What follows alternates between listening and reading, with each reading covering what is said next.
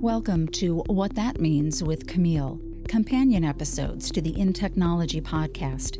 In this series, Camille asks top technical experts to explain, in plain English, commonly used terms in their field, then dives deeper, giving you insights into the hottest topics and arguments they face. Get the definition directly from those who are defining it. Now, here is Camille Morhart. We're doing What That Means high-performance computing or supercomputing today. I'm really looking forward to this topic.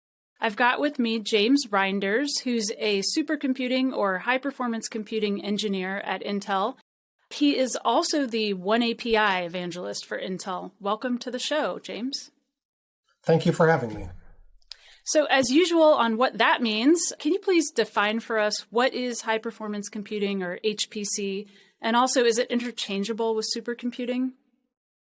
It's been known by a lot of terms over time. Very simply put, it's a concept of building kind of the biggest, baddest, fastest computer you can to solve very large engineering, complex engineering, scientific computational problems. So has the architecture of the machine changed over time, or is it just more and more and more sort of cores, if you will? Like everything else in computing, it changes over time. We think way back to the earliest days of computing was used to solve scientific and compute problems, but we just called them computers or mainframes and so forth. The idea of a supercomputer came about maybe in the mid to late 70s. There started to be concepts that maybe we could build a machine that was a little more expensive, a little more complex than your average machine to do your business processing, to read your punch cards and balance the books. And out of that, there's been many different changes in supercomputing over time. One of them, by the late 90s, we settled one argument. There was a concern that you couldn't really scale by adding lots and lots of cores. So there were some people trying to build individual processors that were super, super fast and very few of them, and others saying, hey, I can hook together thousands of them. By the late 90s, standard supercomputer changed from being an exotic built machine to one that consisted of thousands of off-the-shelf processors, and it kind of ended that argument. Of course, we've seen two big changes since then. One is we've gone to multi-core, and the next one has been accelerators, specifically GPUs, have been an important addition to supercomputers for a big part of the last decade. I should have mentioned in your intro, too, you have been part of the team or responsible for a number of different supercomputers that have been ranked in the top in the world, some of them for many years running. Is that right? Yes. One of them was ASCII Red, which, when we assembled it in 1996, became the number one supercomputer in the world by the top 500 ranking. And it was a multiprocessor machine with a little over 9,000 P6s in it. And that settled the argument about whether computers were going to be massively parallel or not. The other thing I'm wondering is, can you talk about the evolution sort of use cases or workloads that supercomputers have been used for from the time they sort of started to kind of now, and projections into the future? In the early days for supercomputers, one of the biggest motivations for them were what you would call military, loosely, whether it's computing ballistics or doing weapon design of the most horrendous proportions in terms of destruction capability. That was the reason people wanted to do a lot of computation. And that continued pretty well into the 90s. Since then, supercomputers get used for a lot more than that. In fact, I think the majority of use for supercomputers or high-performance computing these days is not military. We see things like energy exploration, trying to figure out where to drill for oil or how to design a wind turbine better, how to build a better vacuum cleaner. Instead of building physical wind tunnels, you're able to do aircraft design, automotive design, and really refine it. Drug simulations. All of these things, what they have in common is they do simulations. They do simulations of the real world. And the more compute powered we get, the more realistic our simulations can be to tell us about what the weather will be, or to do climate forecasting, to look into what may happen with climate change, or design an aircraft, or to try to figure out more things about COVID so we can combat it. All of those are problems that you'll see people using supercomputers tackling these days. Some of this kind of modeling of very complex things like weather or disease spread or mutation, I've heard referenced as future use cases for quantum compute. So can you explain, is HPC or high performance computing going to become eclipsed by quantum, or do they somehow fit together in a future world? For a long time, we called them supercomputers because they were exactly that. They were the superest computers we could build, if you'll excuse the broken English. But along the line, somebody decided the term high-performance computing was even cooler. I don't know. Again, referencing high performance. So the concept with quantum computing is to be able to use this very spooky action at a distance, entanglement, as the basis of computation for certain types of problems. I just think of it as another cool way to build a supercomputer. That said, quantum computing is pretty specific the type of problems it can solve. It may not be the best way to solve every problem. Time will tell. Of course, we need to figure out how to build them at scale. Stand the promise of being phenomenally amazing at modeling the real physical world. Some of the first uses will clearly be modeling of molecular dynamics, different things in chemistry, and those are incredibly important in solving problems. So yeah, I think quantum computing as it matures will become another form of supercomputing. I don't think it'll displace all the other architectures. It'll just join the fold. So it sounds, James, like you're talking about supercomputer or high-performance computing is kind of a generic term. Like you said earlier, biggest, baddest computer. Doesn't matter the technology that's in it if that shifts over to become quantum in the future, or if it's some sort of a hybrid, or you'll have different ones for different kinds of approaches. Absolutely. Is high-performance computing something that exists like in every big company and university? Is this something that a consumer would have access to via a cloud? Where are these things located and how many are there? There's a couple of ways to look at it. One is if you're looking for one of the top 500 machines in the world, obviously those are fairly rare. There are a lot of ways to make those accessible. So some of them end up in government labs with limited access. Some end up in national labs or universities with considerable access. I work with a lot of different places around the world, like the Texas Advanced Computing Facility in Austin. They're part of a program that makes that compute power available to students all over the place who can apply for grants, and the grants are basically giving them compute time. In other words, somebody has to pay for having bought the machine and paying to keep it turned on, but then they turn around and make that time available for lots of different science projects. So if you're in a lot of programs around the world, getting access to supercomputers is something you may find at your universities or your institutions. The other way I look at it, my cell phone qualifies as what a supercomputer was capable of 25 years ago in terms of compute. You look at the amount of compute power we can pack into a laptop or into a small desktop machine. It's amazing. And lots of companies have small racks of systems that have very powerful processors or very powerful processors with GPUs. And these are fairly affordable. So we're seeing things that I would have thought of as supercomputers even a decade ago being things you can go click on a website and order up from your favorite compute vendor. And it's amazing. And so lots of small companies are using these for simulations. We talk about crash simulations, which is a way to test the straining of metals or the straining of materials of any type. And people who build products look for their durability. And rather than building prototypes these days, people draw them up in CAD tools and apply different crash methods to them. And it's an affordable way for a lot of companies to do what they used to do physically. So we do see a lot of that. And Frankly, I consider that supercomputing, although it wouldn't show up on the top 500 list anymore. Can you rent out time at like a server farm of supercomputers? Is that a thing? Absolutely. That's been a fairly niche field. You might go see if you could get access to a supercomputing facility, or you might find a specialty company. But now more and more we see the cloud vendors offering some HPC capabilities. And the thing that really distinguishes an HPC computer from just a normal large cluster is how high performance the connections are between the compute capabilities. So if I have a lot of different nodes, that's what we tend to call them in a compute, where we have several processors, maybe some processors with some GPUs. They all share memory in a way. They might be on one board. But when we connect them together, typically the connections are fairly low performance. But in a supercomputer, you invest more expense at connecting them together fast.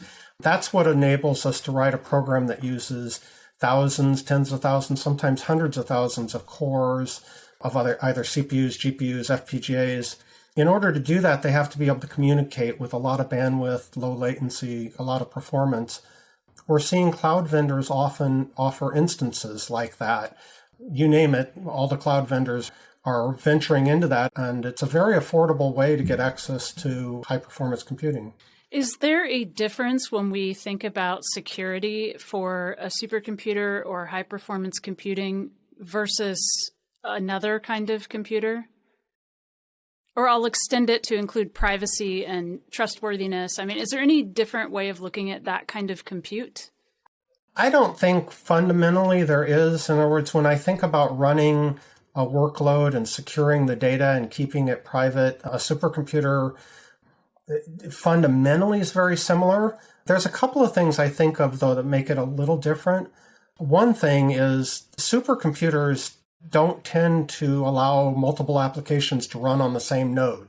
That provides a little security. Obviously, you still have to secure the borders, but supercomputers, since people are trying to get the ultimate in performance, they don't tend to want to share their nodes and multitask. That's inefficient. So when you're actually running a workload, you run it full bore on at least the part of the machine you're on.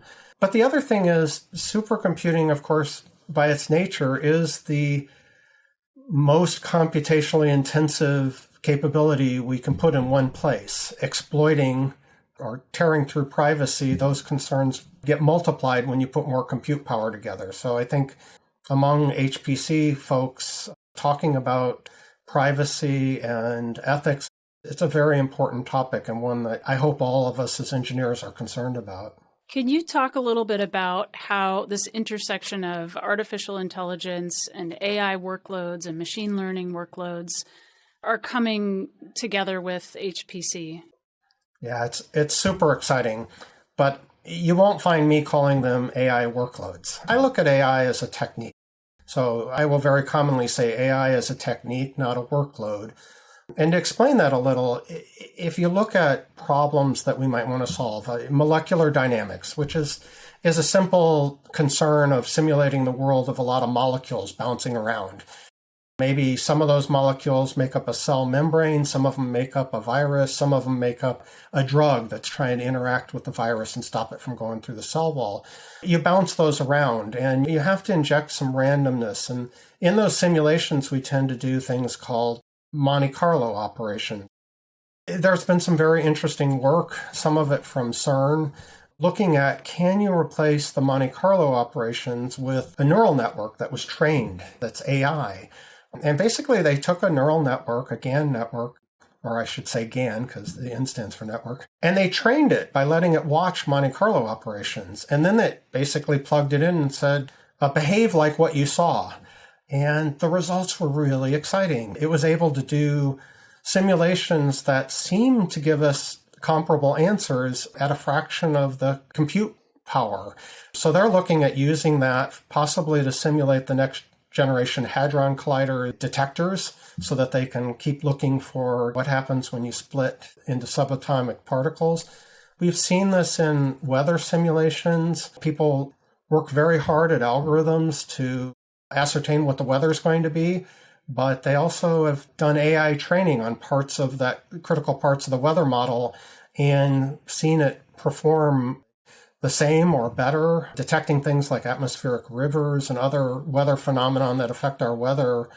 And so AI is making its way into what people would call traditional HPC workloads as solving parts of the problems that were solved other ways before. So I find it a very exciting intersection, if you will, of AI techniques with traditional HPC techniques, but I would just eventually call all of it high-performance computing because it's all about solving those problems. So high-performance computing is centralized by its definition, right? You're putting a bunch of stuff physically together, a bunch of compute physically together. How does it operate, or is it just completely orthogonal to distributed computing? Is there any way to have distributed high-performance computing? The ultimate thing to do is do a lot of computations that are independent. And when they're independent, I can say, hey, have this part of the computer solve part of the problem, this will solve another. Those can be as far away as you want them to be, very distributed.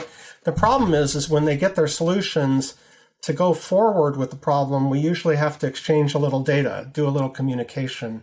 And that's where being close together by physics the way we know it today, they have to be physically close together. Light, which is, we believe, the fastest thing right now, only travels about a foot in a nanosecond. When you're trying to exchange data, you can't afford for your wires to be very long or your distances traveled. So supercomputers are often have somewhat of a circular, or they're very tight. People are very concerned about how far apart they are, how far the wires are that connect them, and so forth. And when you're designing your problem, if you're using tens of thousands of cores across the machine in many cabinets, you try to exchange data with nodes that are close to you, because if you go from one end of the computer to the other, it takes longer. So you can distribute the problem. It will slow it down. It will slow down that exchange of data. And that's why supercomputers tend to be all in one place. At least the part of the supercomputer that is going to run a tightly connected computation on it. How much heat do these things generate, and how do you cool them? We used to, several decades ago, assume that the cost of air conditioning or cooling a computer was about the same as the cost of running it. Nowadays, they have a ratio, and I actually don't remember exactly what it's called, but that would be called, I think, a 1.0, or well, maybe that's called a 2.0. But the concept is, it takes 1 unit to run the computer, 1 unit to cool it. Nowadays, people try to talk about 1.4 or less than that, trying to get the cooling costs down. One of the ways is we don't cool computers as cold as we used to. We let them run a little warm, and people talk about warm air instead of cold air. That has its disadvantages, but it lowers the power consumption. Some computers are still air-cooled. A lot of them are water-cooled. And what that exactly means can vary a lot. Some of them, the water is piped in to a unit very close to it and then turned into cold air and blown over the system. Others, the compute board will have a heat sink on it, a very flat one, and another board with water running through it, and they'll be clamped together to do the heat exchange. I'm not aware of any now that drip water over the circuitry, but there have been computers built like that in the past. They're kind of a nightmare. I knew a repairman that once said he felt like a plumber more than an electrician when he worked on those computers because he'd have to shut down. But yeah, water is a better way to evacuate the heat. So water is often involved to pull the heat away in order to keep the computers dense enough so that we don't stretch those wires out too far and slow down the computer. So what other kind of major challenges like that are there when you're dealing with high-performance compute? The biggest cost in running a computer is moving data around. It used to be the computation, but now moving the data from one processor to another, to a memory, to a disk, the moving of the data dominates the power consumption in a machine in some very realistic ways. There's a lot of things going on to try to make the memories higher performance, closer to the processor, trying to reduce the power or increase the efficiency. So a very hot topic is things like high bandwidth memories and how do you connect those? Nowadays, the things we used to call chips are not a single piece of silicon anymore. There are devices out there with over 100 pieces of silicon in them, all connected together. We still call them a chip because we're so accustomed to that. And the reason there's so many is you have processing capabilities, you have data storage, memories, caches, high bandwidth memory, and you're trying to put them all together in a package. And everybody's doing some form of that. It's a very exciting development. But the desire for that is to shorten the leads, increase the bandwidth, try to reduce the power that's consumed at moving data around so that you can lower the cost of running the machine, increase its performance at the same time. Really fascinating. James Reinders. Am I saying your name correctly? Absolutely. James Reinders, like after the Rhine River, from a former conversation we had. Thank you so much for joining us. You are a supercomputer, high-performance computing engineer at Intel and also a OneAPI evangelist. Never miss an episode of What That Means with Camille by following us here on YouTube or search for InTechnology wherever you get your podcasts. The views and opinions expressed are those of the guests and author and do not necessarily reflect the official policy or position of Intel Corporation.